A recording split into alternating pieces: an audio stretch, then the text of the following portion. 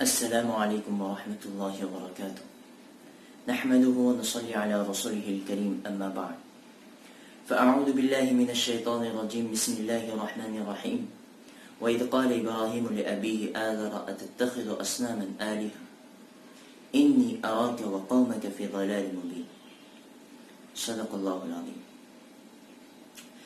میرے محترم عزیز دوستو و میری ماں بہنوں، ساتواں پارہ جب ہم اٹھا کے کھولتے ہیں اور پڑھتے ہیں تو اس میں ہمیں ایک ایسی ہستی کا تذکرہ ملتا ہے جو ہستی نکلی تھی کسی چیز کی تلاش میں، اپنے رب کی تلاش میں۔ وہ چاہتی تھی کہ میں اسے تلاش کر لوں جس کی اس کو طلب تھی۔ وہ ہستی چاہتی تھی کہ اسے وہ مل جائے جس کی اس کو جستجو ہے۔ آخرکار اس نے اپنے اس تلاش کو پا لیا، اپنے اس جستجو کو حاصل کر لیا اور اپنے حقیقی رب کو اس نے ڈھونڈ ہی لیا۔ اللہ فرماتے ہیں کہ میرے بندوں میں سے ایک بندہ میرا گزرا ہے ابراہیم۔ جب اس نے آنکھیں کھولی تھی تو اس کے آس پڑوس میں سارا بتوں کا ماحول، بتوں کی پرستش، بتوں کی پوجا، بتوں کے سامنے سجدے، پتھروں کو لوگ مان رہے ہیں، پتھروں کو لوگ پوج رہے ہیں، پتھروں پہ چڑھاوا کر رہے ہیں، کوئی درخت کو پوج رہا ہے، کوئی سورج کو مان رہا ہے، کوئی چاند کو مان رہا ہے۔ الغرض پوری انسانیت یہ حقیقی رب کو چھوڑ کر اپنے مصنوعی اور اپنے ہاتھوں سے بنائے ہوئے رب کو پوجنے میں لگ گئی تھی۔ تو جب اس نے یہ ساری چیزیں دیکھ لی، ابراہیم علیہ السلام نے جب یہ دیکھا تو انہوں نے کہا کہ ابا جان انی اراک وقومک فی ضلال مبین، میں تمہیں بھی گمراہی میں دیکھ رہا ہوں اور میری قوم کو بھی، تمہاری قوم کو بھی میں کھلی تاریکی میں دیکھ رہا ہوں۔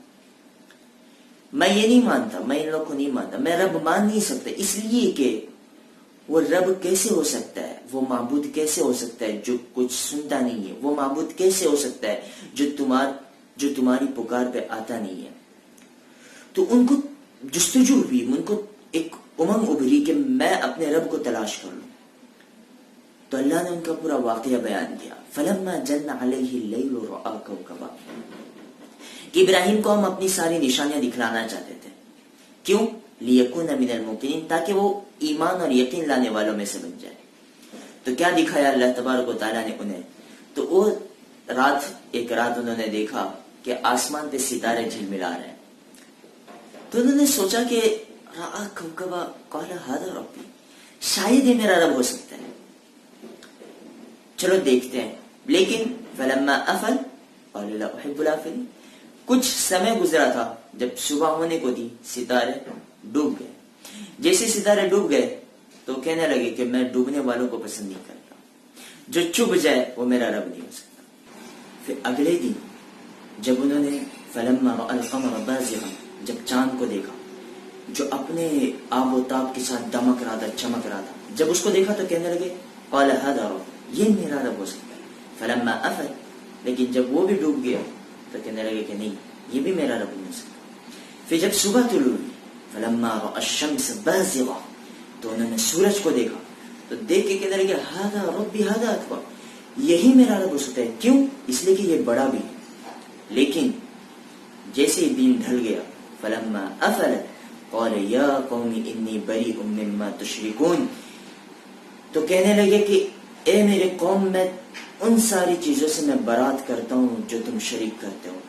اب میں نے میرے حقیقی رب کو پہچان لیا ہے۔ انی وجہت وجہی للذی فطر السماوات والارض حنیفا وما انا من المشرکین، میں نے اپنا رخ اس ذات کی طرف پھیر دیا جس نے آسمان و زمینوں کو بنایا ہے اور میں مشرکوں میں سے نہیں۔ ابراہیم علیہ السلام کی آواز بلند ہوتے ہوتے یہ نمرود کے محل تک پہنچی۔ تو نمرود نے انہیں طلب کیا۔ نمرود نے جب انہیں بلایا تو نمرود نے پوچھا کہ بتا تیرا رب کون ہے؟ تو ابراہیم علیہ السلام نے اپنے رب کا جو تعارف کروایا وہ اس طرح کہ ربی الذی یحیی و یمیت، میرا رب وہ ہے جو زندہ بھی کرتا ہے اور مارتا بھی ہے۔ اب چونکہ باطل تھا تو بیوقوف ہو گئی، تو وہ کہنے لگا کہ انا احیی و امیت، میں بھی زندہ کرتا ہوں، میں بھی مارتا ہوں۔ تو اس نے کیا کیا، 2 قیدی تھے، ایک کے حق میں رہائی کا فیصلہ ہو گیا تھا اور دوسرے کے حق میں پھانسی کا فیصلہ ہو گیا. تو جس کے حق میں پھانسی کا ہوا تھا اس کو اس نے چھوڑ دیا، رہا کر دیا، اور جس کے حق میں رہائی کا ہو گیا تھا اس کو اس نے پھانسی پہ چڑھا دیا اور کہنے لگا کہ انا وحی من، دیکھ میں نے بھی مارا اور میں نے بھی زندہ کیا. ابراہیم علیہ السلام نے جب دیکھا کہ یہ داؤ اس کے سامنے نہیں جا رہا، یہ تگڑا والا بیوقوف ہے، تو انہوں نے ایک اور داؤ چلا.